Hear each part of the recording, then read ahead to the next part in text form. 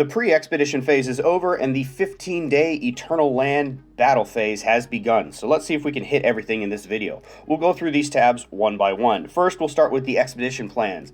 Here is basically just kind of a quest list showing you how to progress in Eternal Lands and various goals to achieve. But we're only going to focus on the first one today because that's all you can do in day 4. And that would be all war zones building a total of 50 Alliance fortresses in Eternal Lands. So we are currently building Alliance fortresses. We have 2 building right now. You can put troops in here to help it build. There's also achievements for building, which I'll talk about in a moment. But when you build these, it appears that the max available slots in this building is 1,200. We haven't been able to get over 1,200, but it doesn't say specifically that there's a 1,200 limit. Now, you're actually going to want to send a small march in these. And the reason for that is because there's an achievement to help build it, you want as many people in here as possible. And again, I'll discuss that momentarily. To build these Alliance fortresses, you will need an R4 or an R5 online. To be able to build them, you can click Alliance Territory, and you can see here that you're able to build Alliance fortresses, and they can choose where to place them. Now, we won't talk about the expedition base because this won't be active for another 2 days, so we don't have much to say about it yet. But we will talk about the expedition achievements.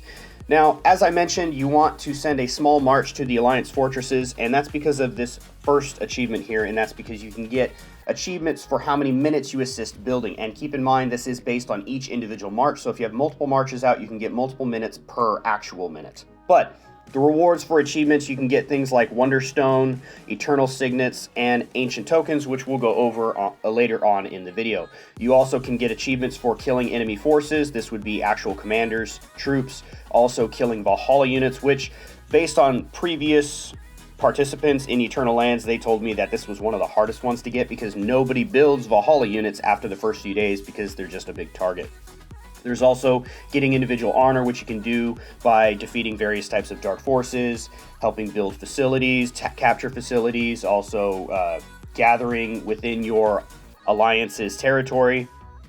There's also one for killing various dark forces within Eternal Lands, which I'll get to a little later on in the video. There's also collecting in the special resource area, which will be in a future video because the special resource area has not been unlocked. There's also Alliance achievements, and you can't get any of these achievements unless you've also gotten your individual honor high enough. This keeps people from doing nothing, collecting a bunch of rewards. But in here, you'll get various rewards for increasing your Alliance's honor, capturing or achieving various bases or goals, or even capturing the Eternal City. So this one will give you big rewards, but they are going to get tougher as the event drags on. There's also War Zone rewards, which based on your entire War Zone, you can get some rewards. Of course, this one is like the Alliance ones where you also have to have a personal honor high enough to be able to collect the rewards. But collecting certain research facilities, the Eternal City, or just getting a high enough honor throughout your entire War Zone can get you some of these achievements. Next, we'll check out the expedition rankings. In here, you can see your rankings for doing various missions. You get points through doing the various events throughout Eternal Lands. Here are an example of the rewards. Now, the Ancient Tokens are the most important currency in the game, so these are the hardest to get. So if you can get in the top 20 and get those 20, good on you. But here are some of the other lower ranked examples. There's also rewards for alliances based on how well they do. Again, those Ancient Tokens are the most important currency in the game. Only the top 20 alliances are going to get a reward. And then there is the War Zone ranking. There are no Ancient Tokens in here, unfortunately, but you can see wherever your War Zone lands is the ranking you're going to get. Now we'll talk about the military support. Here there is a bullet sweep event where you can get a certain amount of points to get some basic rewards. You can get these points by defeating dark mechs, which I'll get to momentarily in the video, as well as gathering food or oil within your Alliance fortresses area. Also, there are campaign rankings based on the daily event as well as an overall ranking. So how you do in this bullet sweep, you can rank on this list here for these rewards and get some goodies in here. But the most important reward is the ranking points. Now, the ranking points actually go towards your overall ranking, and this adds up and is rewarded at the end of the event based on how well you did overall in all these events. So you want to do as good as you can in each of these campaign daily events so you can get these rewards. I've actually never seen a random purple material box. Purple takes forever to make. So I'm happy to see that. I'd love to get high enough to be able to get that reward, but this is probably for the biggest spenders in the game. Next, we'll be going over the Eternal Tech, the one that has a timer on it. This, you can research Eternal Land Tech to help you throughout this event. Now, basically everything that you get for this will disappear after the event, so you'll want to use it. You're not going to be able to save it for the next Eternal Lands, and all the Eternal Lands tech does reset after it ends, so this is only for this event, but it still gives good boosts. At the very first one, we can get a march speed increase. The second tier, we can get a damage increase for Army, Navy, and Air. The third one, you get more Wonder Stones for killing Dark Forces. Wonder Stones are what's used to actually upgrade the Eternal Lands tech. In the fourth tier, we have damage increase against Dark Forces, which is very helpful because the Dark Forces in Eternal Lands actually have heroes, and they can actually be tough to beat. Some of the 5-star ones even have 3-hero marches. Next, there is also damage taken from Dark Forces is reduced. Moving on to the fifth tier, the next gen tech, according to the Eternal Lands description, this is the only technology that applies outside of Eternal Lands. So if you buy Eternal Land tech while you're still within your server and not the Eternal Land server, this will still work. Minor thing, but noted, it reduces the cost of Eternal Lands tech. On the sixth one, we have individual points for killing Dark Forces goes up, as well as individual points for gathering resources goes up.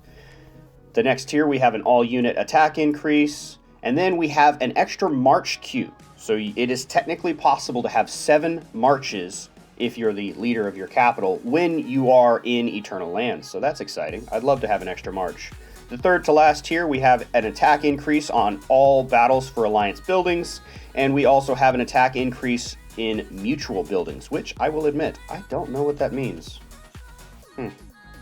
Well, the second to last one, we have a march size increased, and the very last tech, we have an all-unit defense increase, which is invaluable in Eternal Lands because you are going to be defending a lot of buildings, so you'll definitely want to work on your defense. Now, the currency for Eternal Lands tech can be obtained through defeating Dark Forces. So as you can see here, this Wonder Stone, this is what is used for upgrading the Eternal Land tech. And the last tab we'll discuss here before going to some of the Dark Forces is the Eternal Land store. In here, you can spend the Eternal Signets as well as the Ancient Coins for these various rewards. Now, keep in mind, some of these rewards, such as the Labyrinth Skin, cannot be obtained in one Eternal Land, so you basically have to save up through multiple ones. But I will go over this store more so in the reward phase or a little bit later on in Eternal Lands to talk about which my favorite buys are. It's a little bit tough to say since I don't know the value of these currencies. I don't know how hard they're to get, but I do know for the ancient tokens, I would prefer the heroes over the skins. One, the Labyrinth skin is way better than the Pantheon skin, but you can't get it in one event. And Scaramanga is an awesome hero, and Silence is also an awesome hero. While the hero herself isn't that great, if you get her equipable exclusive skills, she has a damage increase to all units, even when she's not in the fight. So that's definitely something I want. If I can get both of these heroes in this event, I would be over the moon happy. Now that we're done with the tabs, let's talk about some of the Dark Forces in here. Now, in the first zone, your area is blocked off by mountains, so you only have access to what is in your first little area. Now, there are only 1- and 2-star Dark Forces, so we'll go ahead and check those out. You can actually search them just like you would on your regular map, but they look different. Now, the Dark Mechs are basically Dark Armies, Dark Navies, and Dark Air Forces. They're just called Dark Mechs, and they look like heartthrobs. And for the rallies, the Dark Guardians are essentially Warhammers, but they have the Treasure Guard skin. So don't be fooled by these. These are just normal reskinned kind of things. You can go ahead and search for them, and you can click on them and see what kind of heroes they have. And the nice thing is, while you can't see their march, you can see the type of heroes, of course. Rambo and...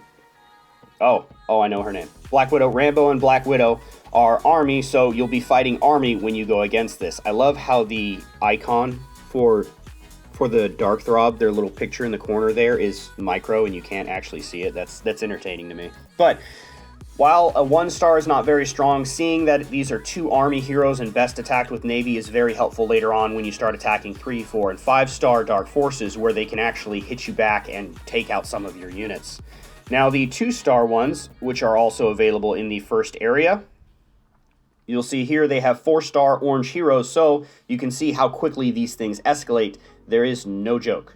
Now, checking out some of the Dark Guardians, there are not 2-star Dark Guardians available in the first area. It is only 1-star, and it appears that everybody has killed all of them because I can't find them. Okay, that's all right. I have a couple reports here. We'll talk about that. Now, If you join the rallies, something of note is you can't actually auto-join for these Dark Guardians. You have to manually do it. And their rewards are linked to Warhammer. Since yesterday was a Warhammer event, I used up all my participation rewards, so I didn't get anything for joining the rally here, so I'll have to wait for reset. However, I did do a battle against one myself, and these were the rewards I got. Now, moving back to the 2-star Dark Force, these were the rewards I got for that. Ignore the gas, that is likely related to my class increase for Combat Elite. And the last thing I'll mention is you can hop back and forth between your Warzone and Eternal Lands. You can click the Eternal Lands tab and you can see here that you can click back to your Warzone. You'll get a 1-minute shield when you hop back to your Warzone. Of course, you have to have all your troops pulled in. This is helpful because some of your regular daily things that are unrelated to Eternal Lands can only be done in your server. So you may have to hop back and forth just to complete some of those simple daily things. That's all I have for day 4. Please check the pinned comment. If anybody has corrections or things I missed, I make sure to put it in the pinned comment. Since the Eternal Lands videos are a little bit rushed, for example, I'm only about an hour into Eternal Lands and I wanted to make sure I got everything in it, but I need to get these videos out soon enough that they're relevant to you guys who are watching. So thank you for watching. You can check out my Discord in the description below. And as always, have a fantastic day.